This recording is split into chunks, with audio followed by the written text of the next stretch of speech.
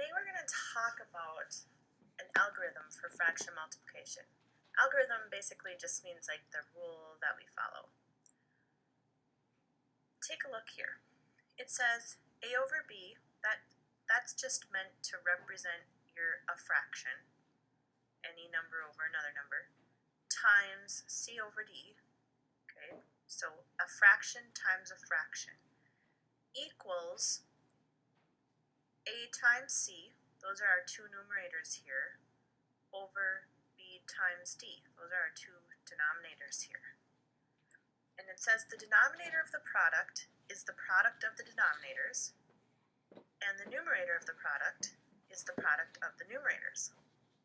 Kind of a lot of terminology there. Basically it means we can multiply fractions just by multiplying the numerators and multiplying the denominators. Okay, it's what we talked about yesterday.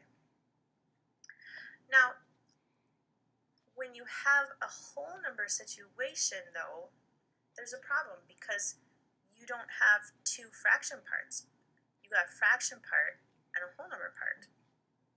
Okay, and it doesn't matter what order those are in. So you can't just do this algorithm.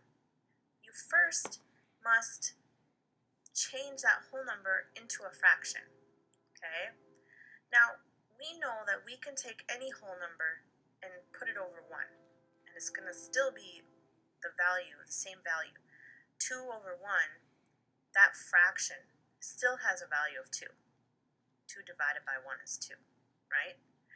We could use, so let's say 8 over 4. 8 over 4 has a value of 2, right?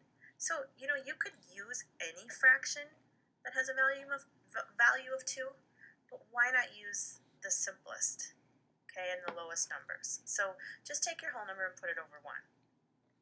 So then your problem is 2/3 times 2 over 1.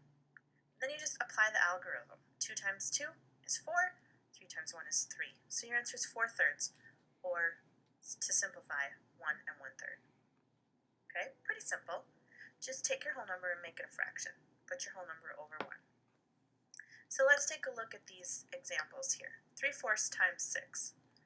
Well, what I do when I'm doing my work is I just kind of just make that into a fraction. Just put 6 over 1. Now I can do 3 times 6 is 18, and 4 times 1 is 4. Have you noticed how I've gotten an improper fraction every time, pretty much? That usually happens if you're doing a fraction times a whole number. You'll often get an improper fraction for your answer. So you're going to have to simplify. 18 divided by 4 is 4, with a remainder of 2/4. I know that 2/4 is equal to 1/2, so I'm just going to put 4.5. Okay, try problem 2. 7/8 times 3. First thing you have to do is make this whole number 3 into a fraction by putting it over 1. Now you can apply the algorithm. 7 times 3 is 21. 8 times 1 is 8.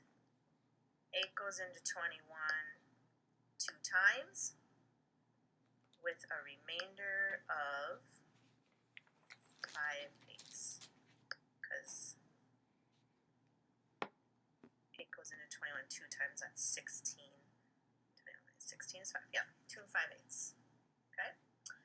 Now, there are some more problems to try on page 270 in your journal.